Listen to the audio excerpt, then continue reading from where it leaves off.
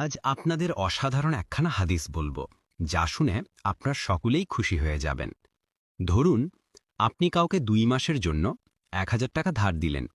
তো হাদিসের ভাষ্য মতে আপনি এখন এই 2 মাস পর্যন্ত প্রতিদিন 1000 টাকা দান করার সওয়াব পাবেন। কি দারুণ, তাই না?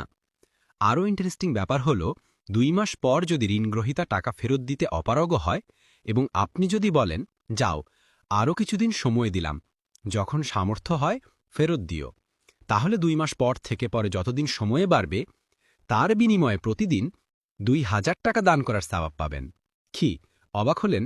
আসুন এবার হাদিসখানে একটু পড়ে নেই।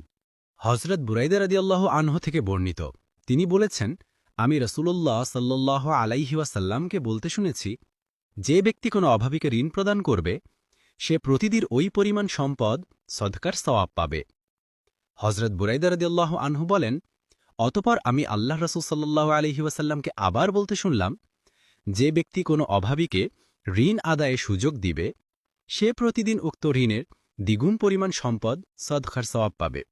হযরত বুরাইদা রাদিয়াল্লাহু আনহু বললেন, আমি বললাম, হে আল্লাহ রাসূল, আমি আপনাকে একবার বলতে শুনলাম, যে ব্যক্তি অভাবীকে ঋণ প্রদান করবে সে প্রতিদিন ওই পরিমাণ সম্পদ সদকার সওয়াব পাবে।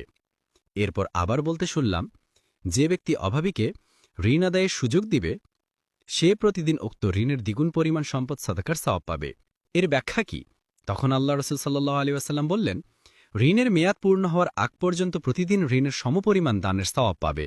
অতঃপর যখন মেয়াদ পূর্ণ হয়ে যাবে কিন্তু ঋণ আদায় অক্ষমতা প্রকাশ করবে, তখন যদি আবার সময় বাড়িয়ে দেওয়া হয় তাহলে প্রতিদিন ডবল দানের সওয়াব পাবে।